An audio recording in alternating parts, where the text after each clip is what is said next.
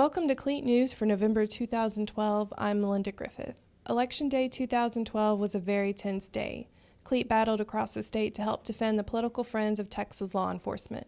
We helped unseat some of your enemies who had voted to hurt you and your family.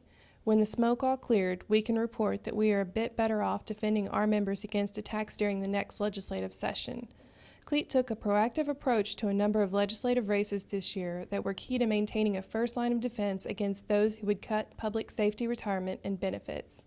We actively opposed a number of incumbents who had openly and blatantly gone against the interest of Texas' finest. Specifically, we targeted a number of races where the incumbent voted against CLEAT's amendment last session to expedite the workers' compensation claims of first responders. It is plain and simple. Those who voted against the CLEAT amendment voted against helping injured officers, and we remembered this when deciding who to support. CLEAT endorsed challengers to a number of incumbents who were successful in their races during the primaries and on Election Day. In one of the most important races, Senator Wendy Davis was reelected to the state Senate. This was key in keeping a supermajority from controlling the Senate. Davis was opposed by Representative Mark Shelton, a doctor who had pledged to support CLEAT's workers' comp bill last session. When Shelton voted against the bill, CLEAT worked hard to make sure he would not be promoted to the Senate. In El Paso, former Representative Joe Moody was returned to the State House when he defeated incumbent Dee Margo. Margo was one of those that voted against the first responder amendment. CLEAT went to work in this race using a high-profile case of an injured officer in El Paso to point out the importance of the workers' compensation vote. Two other members who had voted against officers were also defeated in House races.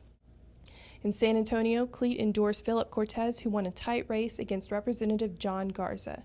And in Corpus Christi, former Representative Abel Herrero will return to Austin after defeating Connie Scott. Again, both voted against helping injured officers. CLEAT's Charlie Wilkeson worked hard in the tough job as enforcer. He pushed the workers' comp vote as part of the strategy to defeat the incumbents who voted to hurt you and your family. Officer Rick Lopez in El Paso was with his partner in an accident. He was killed, and a drunk driver ran a red light, T-boned him. Had a real difficult time getting the medical treatment that he needed. So we felt it was important enough to use this real live example of this CLEAT member, of this El Paso officer in a state rep race where the opponent voted against our workers' comp issue was critical enough to try. Mailers like this we've sent into CLEAT members' homes in key races that we identified as being right on the bubble. These are people that we supported, that the locals supported, and we wanted to make sure that our members knew that it's important, regardless of who you supported in the presidential race, that we wanted you to come down ballot and find this person, this state senator, or this state representative, or this state representative, or this state representative, or this state representative. We want you to vote. CLEAT also took a stand in a number of open races in marginal districts that could have gone either way. We were successful in the majority of those races also. Overall, during the primaries and general election, CLEAT endorsed 57 Republican and 43 Democratic candidates in contested legislative races, and only 2 candidates who were endorsed by our local unions lost. That's a success rate of over 98%. In other election news, a large group of CLEAT members are celebrating a huge victory in Austin. Voters approved state civil service for Travis County EMS. EMS are not part of the fire or police department in Austin, so they were not included in the civil service law currently in place. CLEAT was successful in passing legislation that allowed this group of employees to hold an election to be included under the fire and police civil service system. 70% of the voters agreed, and these employees will now be afforded this protection. CLEAT members should be aware that elections for CLEAT officers will be taking place soon. A number of candidates were nominated at the CLEAT annual convention in October. Todd Harrison from the Austin Police Association is seeking re-election as president. He is challenged by former Fort Worth POA president Rick Van Houten.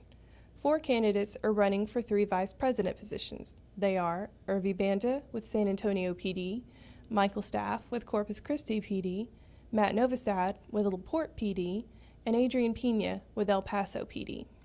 The 3 candidates receiving the most votes will be elected. Ballots will go out soon and must be returned by December 14th. Now here is CLEAT's Chris Jones to report on some upcoming training classes.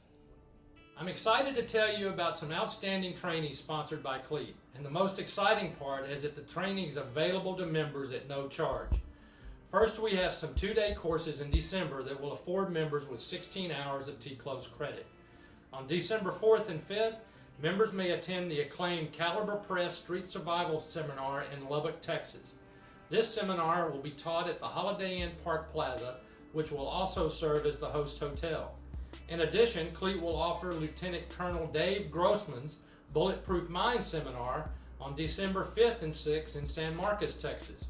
This class will be at the Embassy Suites Hotel and Conference Center. This seminar has become one of the most popular and sought after tactical survival seminars in the country. And again, you can attend for free if you are a member. We are also excited to offer free online training to members through Police One Academy.